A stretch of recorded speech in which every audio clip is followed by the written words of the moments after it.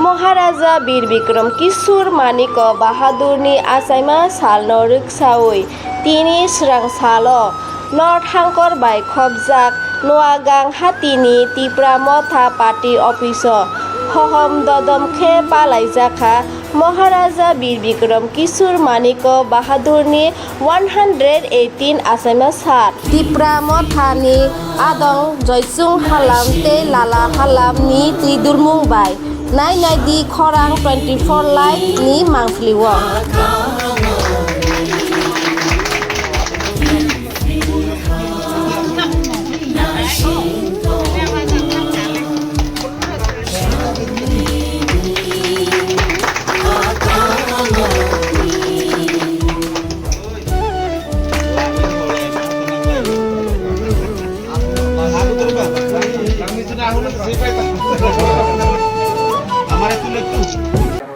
আমাদের সর্বশেষ রাজা 184 রাজাদের মধ্যে সর্বশেষ রাজা আমাদের মহারাজা বীর বিক্রম কিশোর মানিক্য দেববর্মা।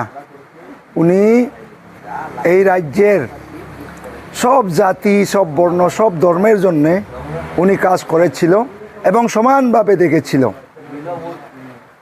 আমাদের ভূমিপুত্র তিপ্রাসাদের জন্যে উনি বন অঞ্চল সংরক্ষিত করেছিলেন, ভূমি সংরক্ষিত করেছিল।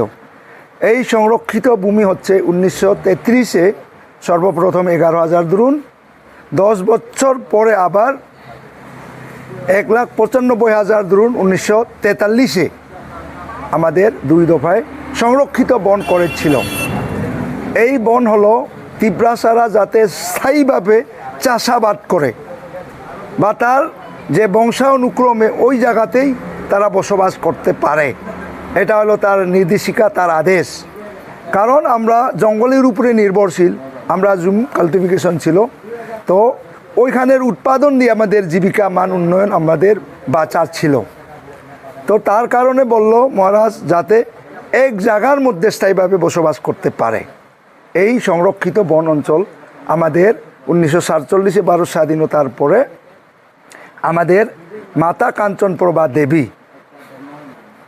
1949-এ ইন্ডিয়া সরকারের কাছে একটা মাঝারি হয়েছিল যে এই তিপ্রাসাদের যে ভূমি মহারাজাদের স্বপ্ন, এই ভূমিটা তিপ্রাসাদের অধীনে থাকবে, তাদের কর্তৃত্ব থাকবে, এই ভূমির উপরে তাদের অধিকার এবং বাসস্থান, উৎপাদন এরাই মালিকানা সত্ত্ব ভোগ করবে।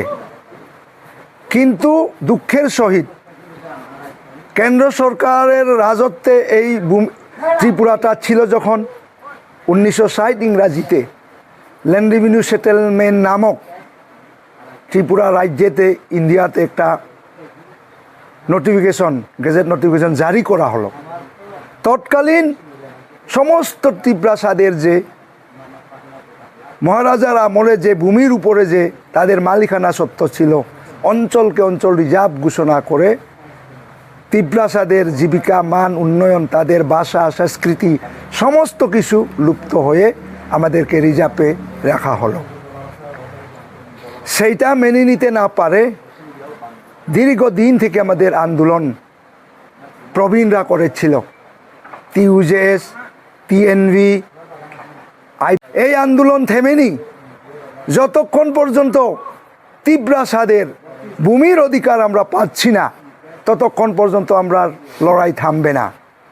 কিন্তু আমরা 1984-তে ইন্ডিয়া সরকার শ্রীমতী আমাদের প্রাইম মিনিস্টার ইন্দিরা গান্ধী ভারতের, উনি 1984-তে এডিসি দিয়েছিল, এটা শিখ শিডিউল দ্বারা মোতাপেক্ষে।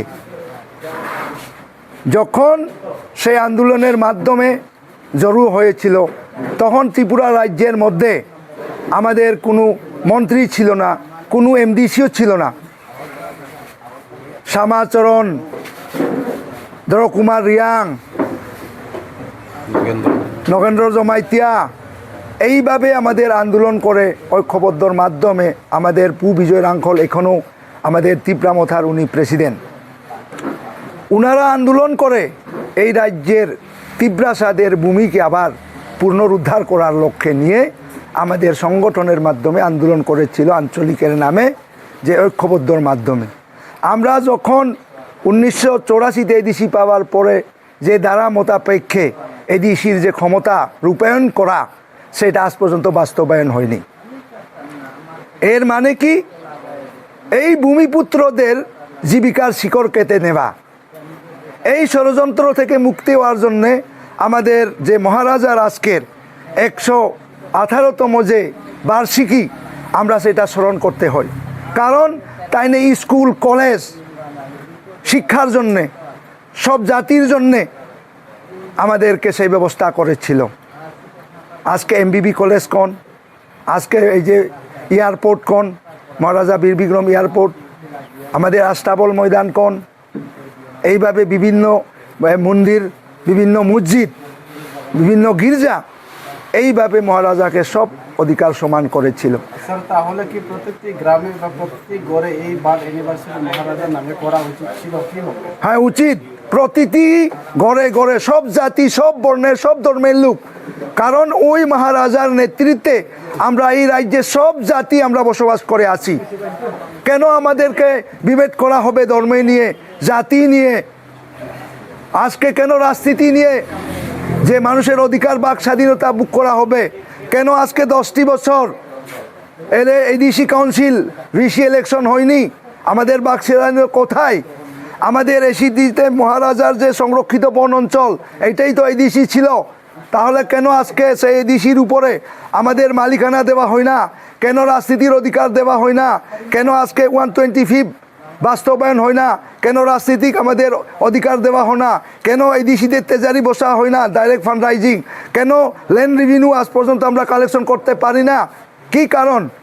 এই কারণে আমাদের যে মহারাজ, এই যে বর্তমানে আমাদের আইকন মহারাজা প্রদ্যুৎ বিক্রম মাণিক্য দেববর্মা, উনি বলছেন আপনারা থানসা হো, আমরা লিডার চাই না, কোনো চেয়ারম্যান চাই না, কোনো মন্ত্রী চাই না, আমরা চাই ওয়ারিয়র্স বনে, আমরা চাই সৈনিক হয়ে তিপ্রাসাদের মৌলিক অধিকার থেকে বঞ্চিত করা চলবে না। এই বার্তা আমাদের 118তম মহারাজার বার্ষিকীতে আমরা সেই বার্তা দিতে চাই যে ত্রিপুরা রাজ্যকে সম্প্রীতি বজায় রেখে, অতীতের ইতিহাসকে স্মরণ রেখে, সব মানুষ, সব বর্ণের মানুষের যে অগ্র অধিকার দিয়েছিল, এই অধিকারটা আমরা আজ পর্যন্ত বলতে পারিনি। সেইভাবে তার বংশের আমাদের মহারাজা প্রদ্যুৎ বিক্রম মাণিক্য বাহাদুর দেববর্মা উনি বলছেন যে সব জাতি এক হয়ে এই রাজ্যের মধ্যে আমরা যাতে মিলেমিশে চলে, অধিকার থেকে বঞ্চিত না হয়। কেউকে মানে অধিকার থেকে চিনিয়ে নেবা না, কোনো জাতির বিরুদ্ধে না, কোনো পার্টির বিরুদ্ধে না। আমাদের হচ্ছে এই ভারতবর্ষের সাথে এই রাজ দরবারে, এই রাজনীতির দরবারে আমরা চাই যে আমরা এই রাজ্যের ভূমিপুত্ররা ভূমির অধিকার পাবে কি না, এই দিশিতে সমস্ত ভারতের সংবিধান অনুসারে তাদের পাওয়ার উচিত বা সংবিধান নাই, সেটা পরিষ্কার করার জন্য, স্থায়ী সমাধানের জন্যে আমাদের মহারাজ সেই দাবি তুলছে। আর আজ থেকে আমি এই কথাবার্তা দিতে চাই, অতি শীঘ্রই রাজ্য সরকার তার গুরুত্বপূর্ণভাবে যদি অতি শীঘ্রই সেটা ঘোষণা না করে, আগামী দিন ত্রিপুরাতে নতুন একটা সরকার হবে, সেই সরকারটাই হবে ত্রিপুরা মথা সরকার। আমি সেই বার্তা আজ দিতে চাই। সবাইকে নমস্কার। হাম্বাই কুলুমখা কারায়সান। আমার পরিচয়, আমি একজন ত্রিপুরাসা ওয়ারিয়র্স। আমার কোনো পদশট নাই। মহারাজা 2023-এ আমার পানিসাগর বিধানসভা, এই পানিসাগর বিধানসভাতে আমাকে প্রতিদ্বন্দ্বিতা করেছিলাম, কন্টেস্টিং আমি করেছিলাম, আমি জয়চুংথাং হলাম। এখন বর্তমানে সাব ডিভিশন লেভেলে আমাদের ল্যান্ড অ্যালটমেন্ট কমিটিতে আমি চেয়ারম্যান হিসাবে আসি। সেটা হলো আমার আইডেন্টিটি। নমস্কার। হাম্বা।